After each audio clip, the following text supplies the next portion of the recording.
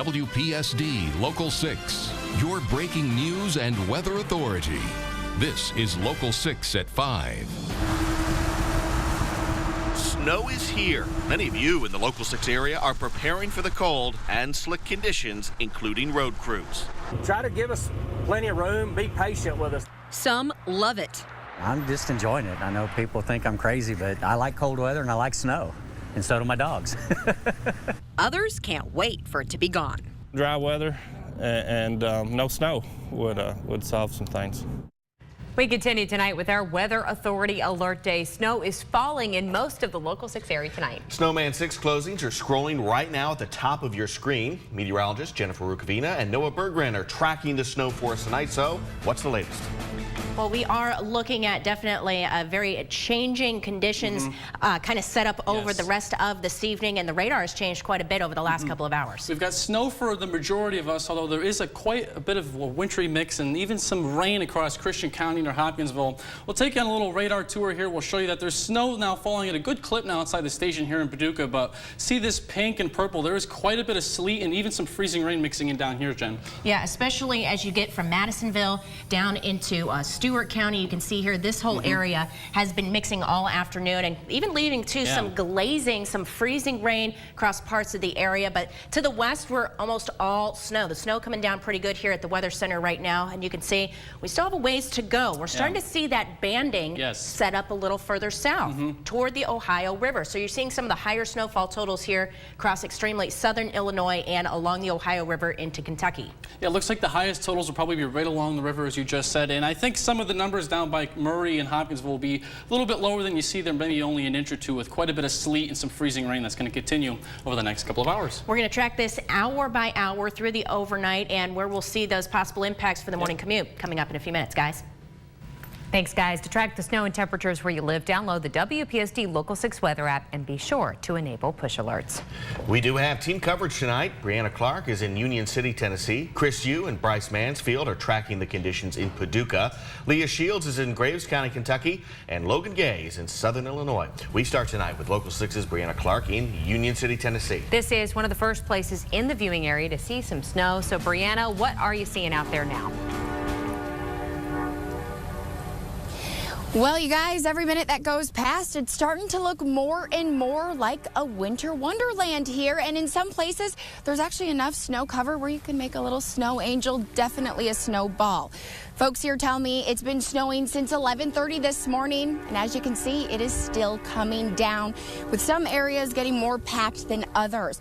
We are live right now outside the Union City Public Works Department. And here, crews have spent all day out on the roads doing their normal duties, along with preparing for this snow. Most of them have already gone home tonight, but their job isn't over. They are all on standby, waiting for that moment's notice to come out, get the plows out on the roads. Speaking of plows, they actually haven't put the plows down on the roads yet. They've spent today salting areas. And the street foreman here tells me now the biggest concern for drivers is black ice. So as they're putting that salt down, it's melting the snow. But this is coming down way faster than they expected and earlier than they expected. So as it comes down, the stuff that's on the ground is now melting and turning into ice. So if you're going to be out on the roads, be careful. It's very, I mean, if you look at it right now, it's really slushy where we are and slick in some spots as well, because I've almost fallen a few times. But if you're out on the roads, stay safe, drive slow, bundle up. Live in Union City, Tennessee, Brianna Clark, WPSD Local 6. All right, Brianna, thank you. Sleet has been falling in Murray, Kentucky all this afternoon. That's where Local 6's Thomas Capps joins us live. And Thomas, what are the conditions like there now? Both snow and sleet continues to fall here in Murray, and it's actually starting to stick. You can see the road behind me here is starting to become a little bit more wider every minute that goes by, starting to become snow covered, and it's actually the parking lots and sidewalks that are really covered. We're actually in the McDonald's parking lot here in Murray, and you can see as I scrape my boot here across the parking lot, there's a lot of slush underneath there, pretty slippery. Even though snow is one of the main things in the forecast here in Murray, it's actually the ice that has road crews concerned. As sleet fell in Murray today, road crews worked around the clock to spray brine on the roads to keep them from getting slick later on. Murray Street Management Director Ron Alberton says he hopes the pre-treatment will make travel easier after the storm moves through. We have the capability of using the brine. Light snow, brine will be good for that. We do have the capability of spreading salt. And if worse comes to worse and we get real low cold temperatures where you can't melt it, then we'll put out sand to provide that traction too. And preparing for all possibilities. The brine that Murray has been using on the roads here is actually produced at a local plant here. They tell me that they plan to continue to produce that 24 hours a day over the next 48 hours to make sure that they don't run out. Reporting live in Murray, Kentucky, Thomas Capps, WPSD, Local 6. Thomas, thank you. Coming up on Local 6 at 6, we'll check back in for an update from Murray and show you how others there are preparing for the winter weather. As the snow moves in, it's a race against time for soybean and corn farmers. Harvest season for those crops started in early October. It lasts through November. But with the early snowfall predicted, Local 6's Leah Shields shows us why some farmers are predicting a big loss. Farmers live year to year at the mercy of the weather. In my 20 years, no, I haven't had beans left in the field when we had our first snow. Kentucky's economy relies on farmers like Jed Clark. Soybeans made up $380 million in exports in the Commonwealth in 2016, and billions more in Illinois, Missouri, and Tennessee. With 250 acres left to harvest, he needs dry weather, something we haven't had a lot of. But the days are few and far between. I think we've worked 4 days since the 1st of November. It's very disappointing, but this is my 42nd crop, and I've become used to it. So Keith Lowry is also a soybean farmer. Typically this time of the year we're already through, and but the weather just has not cooperated. Let's say they get the worst of it. That would be about 5 inches of snow. It'd be covering the bottom part of the plant here. He says that's about a 5 to 7% loss of their product. Tariffs, early snow, and potential damage. They agree it's been a rough year on the farm. With the markets and everything else, this is just one more that is thrown at us this year. The crops will survive, but it'll cost them. In Graves County, Kentucky, Leah Shields, WPSD, Local 6. Clark says it'll take him 3 full work days to finish his harvest. But if sunny, dry weather comes after the snow, the ground will still be wet for a few more days and delay harvest even longer. Whether you like it or not, the snow is coming down as we speak, and many are scrambling last minute to get what they need from the stores. Local 6's Bryce Mansfield is live for us at Banks Market in Lone Oak. All right, Bryce, what do the crowds look like out there? Well, if you take a look behind me, you'll see the parking lot here is pretty packed so far. It's starting to taper off a little bit. We saw a little bit more of a crowd come out earlier in the 3 o'clock, 4 o'clock range. Some of the kids got out of school a little early, so the parents got their kids early and then came here to the store to get those essentials, the bread, the milk, the eggs. And we looked inside the bread shelves. Let me tell you this, Todd, the bread shelves are pretty clear for the most part. Have a few loaves of bread on there. So if you need bread, it's probably a good time to hurry up and pick it up before they run out. The eggs, looked like the eggs got hit pretty hard as well. And it's just been one of those things. I spoke with the manager, Beth Dykes, and she tells me that the crowds they're seeing right now at this point are what they see around Thanksgiving. So they'll see similar crowds next week, but for now, people are rushing out to get their groceries last minute before the snow really starts to accumulate out here, and they're stuck inside their homes for a little bit, trying not to get out in the elements. But we'll hear from some of those folks from inside that were coming to pick up their groceries ahead on Local 6 at 6. But for now, we'll toss it back to you in studio. All right, Bryce, thank you. Now let's check on the roads in southern Illinois. Local 6's Logan Gay joins us live with a look at what's going on in southern Illinois. She and her photographer, Randall Barnes, they're driving down Route 13 right now. So, Logan, how are the roads so far?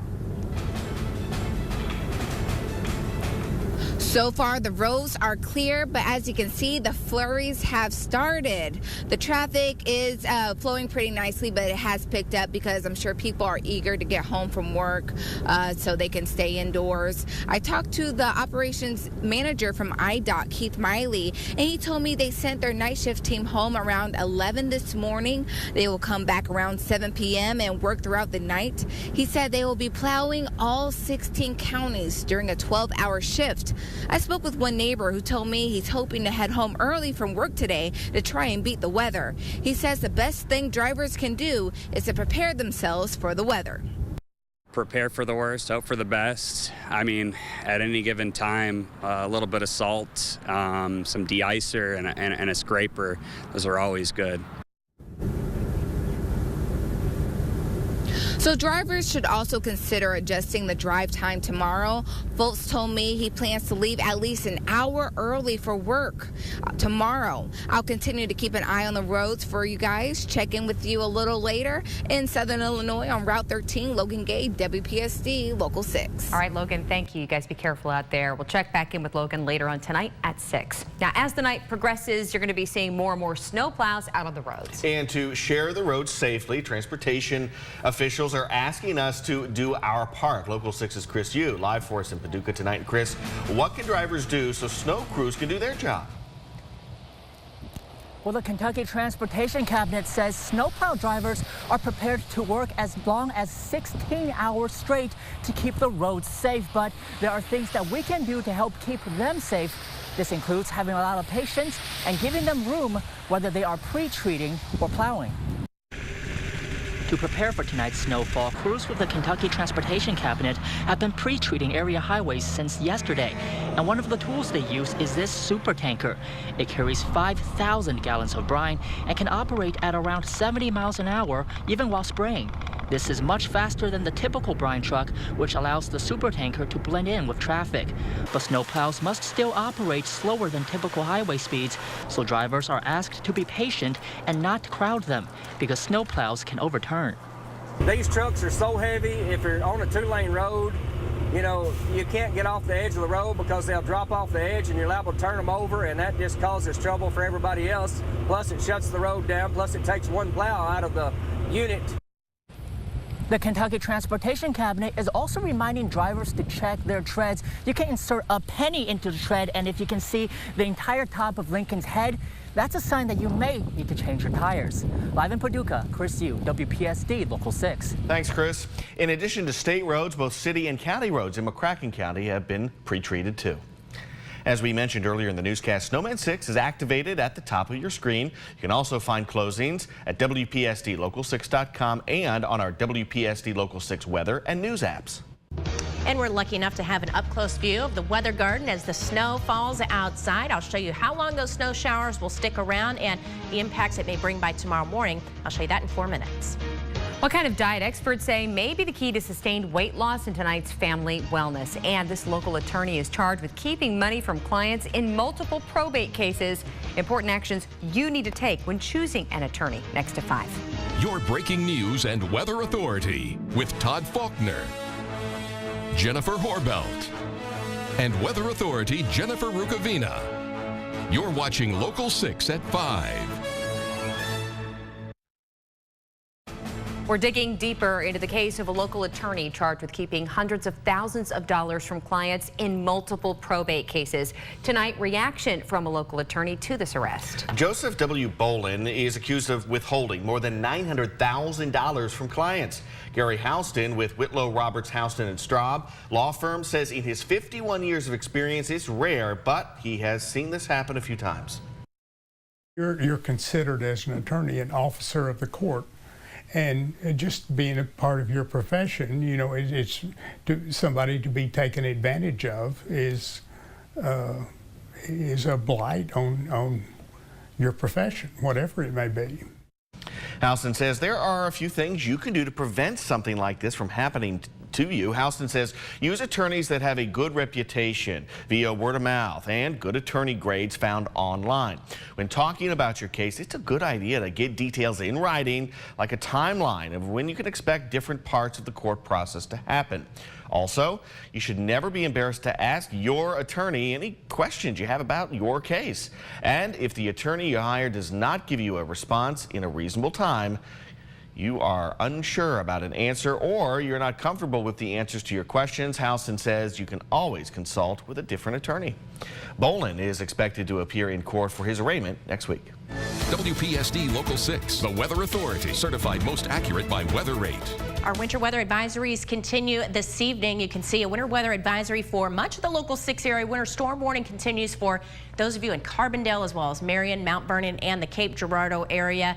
But it does look like we're starting to see the bulk of this storm move through the area as we speak. We'll take a look at that hour-by-hour forecast in just a minute. You can see here, though, kind of the steady snow now spreading across the local 6 area, and that freezing line, as expected, starting to push a little bit further to the east into central Kentucky and down through middle Tennessee. Although we are still seeing a little sleet and some freezing rain mixing in at times, especially toward the Hopkinsville area. But you see these shades of darker purple in here from time to time. Those are some heavier snow bands. We're starting to see that come through the Paducah area, lifting up north into Pope County, Hardin County, and up towards Harrisburg.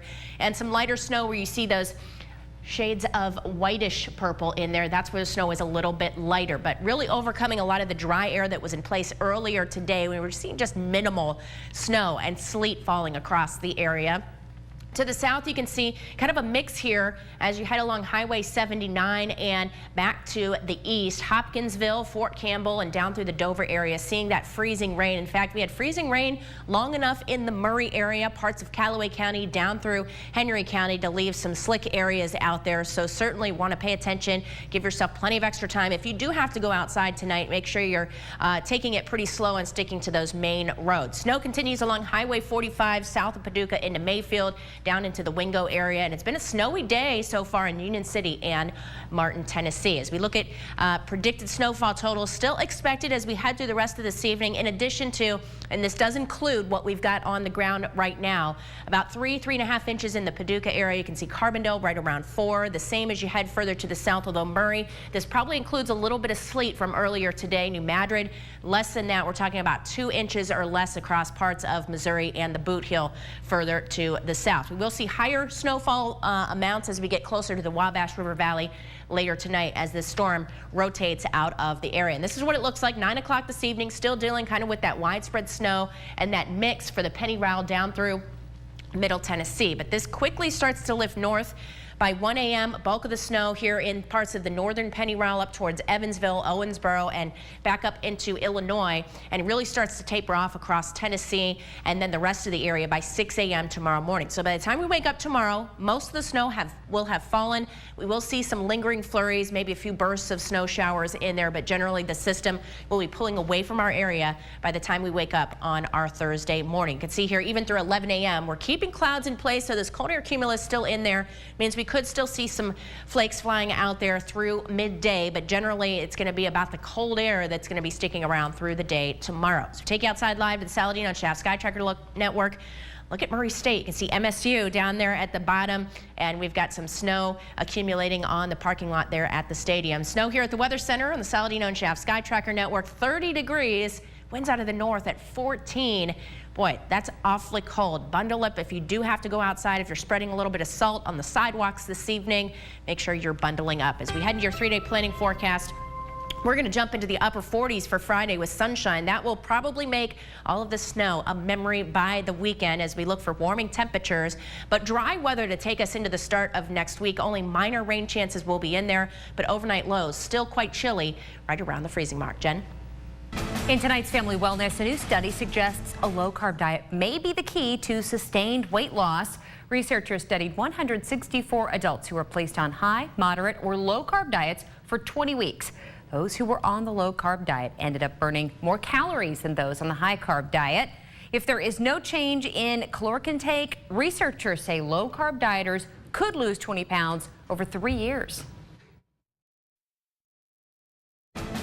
We're back with more news of the day. This man's been indicted on charges of killing his wife in an off-duty shooting at Fort Campbell. A grand jury indicted Victor Silvers today on 7 counts in that deadly shooting of Brittany Silvers. Court paperwork shows a domestic violence order prohibited Victor from having a gun and ordered him to stay 300 feet away from his wife. Silvers is charged with first-degree murder and other counts. Deputies say this man gave e-cigarettes to minors in exchange for nude pictures of themselves. Zachary Rudolph was arrested on multiple sex crimes-related offenses after a months-long investigation by the McCracken County Sheriff's Department. The complaint says if a minor didn't have enough money, that minor could provide a picture in lieu of payment. Deputies also said Rudolph had provided pictures of himself to minors. Senator Mitch McConnell cruised to re-election as majority leader today. He won a new term during a vote behind closed doors. And in a statement, the senator of Kentucky thanked his colleagues for trusting him with the leadership position. Democratic Senator Chuck Schumer of New York was re-elected minority leader. A lot of you have been asking on my Facebook page and also Jennifer Rukavina's page, is this storm historic? Well, for some of us, it might be. Today and tomorrow, the daily snowfall records for Paducah only a trace dating back to 1930. And take a look at the snowfall climatology in the month of November. If we get 4 inches of snow, guys, that would be the snowiest November ever in Paducah, and that dates back to 1937. And there's only been 3 occurrences of 2 inches of snow this early in the season, so pretty unusual stuff here in the Paducah area. We'll see what happens. Yeah. Also, you want to avoid Highway 80 in Callaway County. There are cars sliding off the road there, so be careful out there tonight. All right, thanks. Good night.